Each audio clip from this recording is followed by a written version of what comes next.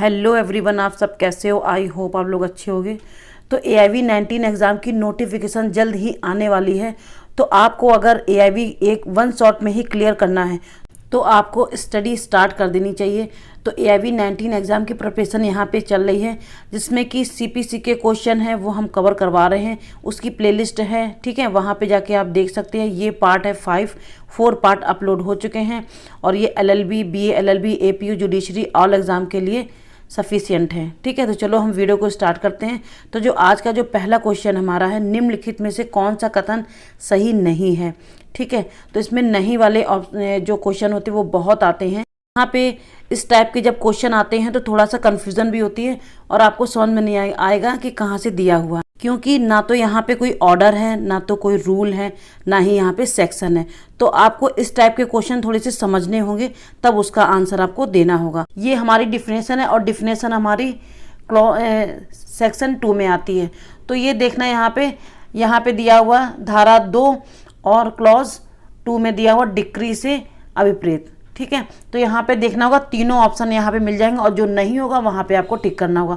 तो सबसे पहले हमें ऑप्शन देखने होंगे कि ऑप्शन यहाँ पे क्या दिए हुए।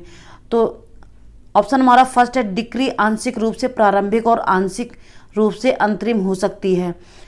सेकंड हमारा है, प्रत्येक डिक्री अपील योग्य है जब तक कि अन्यथा स्पष्ट रूप से प्रदान ना किया गया हो।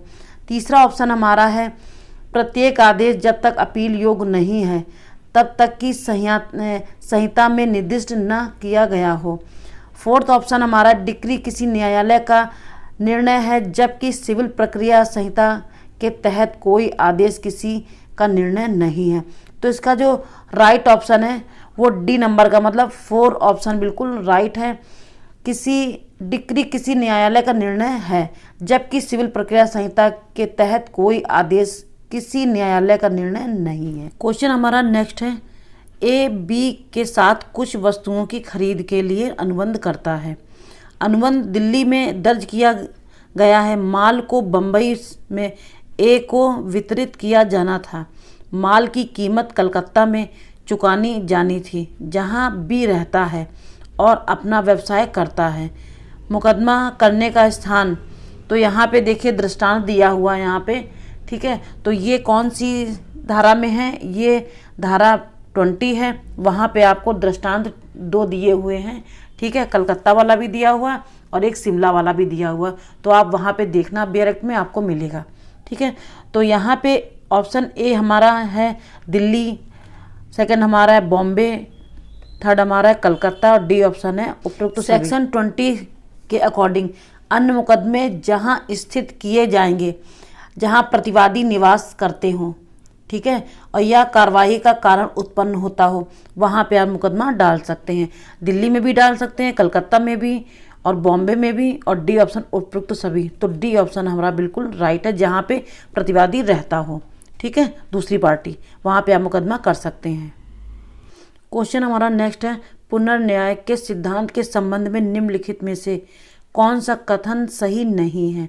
तो देखिए, सबसे पहला जो क्वेश्चन था वो भी नहीं से था, ठीक है। तो नहीं वाले जो क्वेश्चन होते हैं वो बहुत आते हैं। सबसे पहले हम देख लेते हैं कि ये फर्स्ट ऑप्शन हमारा क्या है, एक पक्षी डिक्री पुनर्न्याय के रूप में कार्य करेगी। सेकंड हमारा है, गुण दोष के आधार पर खारिज की गई रिट याचिका पुनर्न्याय के रूप में कार्य करती है। थर्ड ऑप्शन हमारा, सीमा में खारिज की गई रिट याचिका पुनर्न्याय के रूप में कार्य करती है। और फोर्थ ऑप्शन है दोनों ए और सी। इसका सेक्शन है, सिविल प्रक्रिया की धारा 11 के तहत रेस ड्यूटी काटा का सिद्धांत दिया गया है, ठीक है।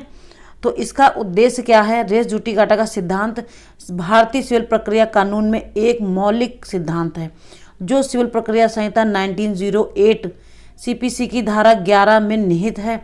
इसका उद्देश्य दोहराए जाने वाले मुकदमेबाजी को रोकना और न्यायिक निर्णयों की अंतरिमता को बरकरार रखना, ठीक है। तो इसका फोर्थ ऑप्शन बिल्कुल राइट है, 1 और 2 इसका बिल्कुल राइट। क्वेश्चन हमारा है, CPC के किस आदेश के तहत किसी भी डिक्री को वितरित पक्ष को नोटिस दिए बिना रद्द नहीं किया जा सकता।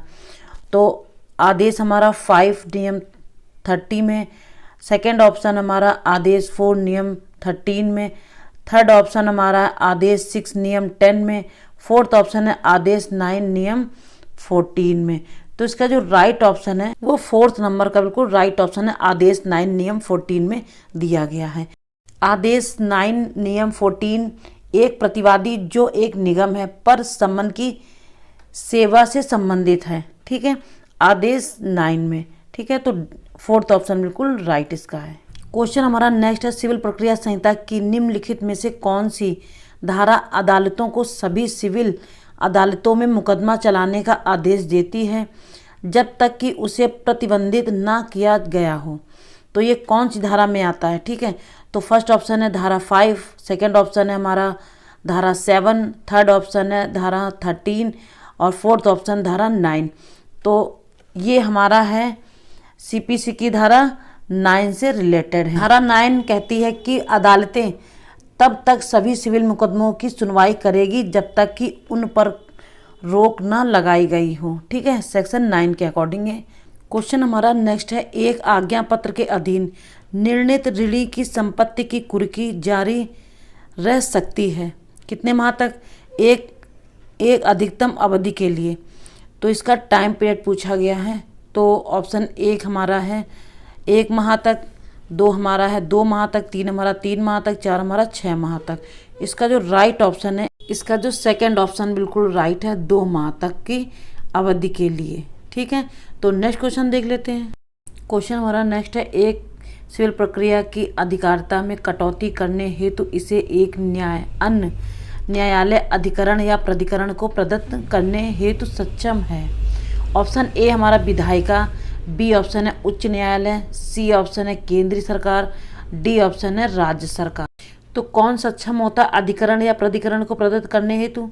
विधायिका सक्षम होती है, ठीक है। तो ए ऑप्शन इसका बिल्कुल राइट है।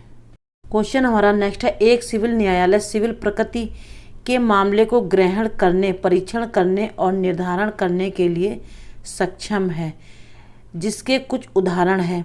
ऑप्शन ए हमारा संपत्ति के अधिकार से संबंधित मामले, बी ऑप्शन है सेवा से संबंधित मामले, सी ऑप्शन है चोरी से संबंधित मामले, डी ऑप्शन है उपरोक्त ए और बी। मतलब खा और खा, इसमें सॉरी गलती थोड़ी सी हो गई है, ए और बी बिल्कुल राइट है। ये संपत्ति के अधिकार से संबंधित होता है और सेवा से संबंधित मामले होते हैं, ठीक है। तो इसके कुछ उदाहरण है, तो डी ऑप्शन इसका बिल्कुल राइट है। क्वेश्चन हमारा नेक्स्ट है, एक आज्ञा पत्र डिक्री पारित करने वाले न्यायालय द्वारा जारी किया जा सकेगा यदि ए ऑप्शन है युक्त आशंका है कि आज्ञा पत्र का जारी नहीं किया जाना डिक्री धारक को डिक्री के लाभों से वंचित कर देगा, बी ऑप्शन है निर्णित डिक्री की संपत्ति न्यायालय जिसको आज्ञा पत्र जारी किया जाता है के अधिकारिता के अंतर्गत स्थित है, सी ऑप्शन है डिक्री धारक आज्ञा पत्र जारी किए जाने हेतु एक आवेदन करता है, और डी ऑप्शन है उपरोक्त सभी। तो इसका जो राइट ऑप्शन है वो डी नंबर का बिल्कुल राइट ऑप्शन है, उपरोक्त सभी। तो आज के क्वेश्चन हमने 10 कवर किए हैं और मिलते हैं नेक्स्ट वीडियो में। Thanks for watching. क्योंकि सीपीसी से 10 नंबर के क्वेश्चन आते हैं जो कि आपको पेपर में पूछे गए हैं। एमसीक्यू आपको सीपीसी के सारे देखने होंगे क्योंकि 10 नंबर के आते हैं। तो क्वेश्चन कोई रिपीट भी होते हैं कई बार, तो रिपीट वाले भी क्वेश्चन हम जल्द ही लाएंगे। ओके।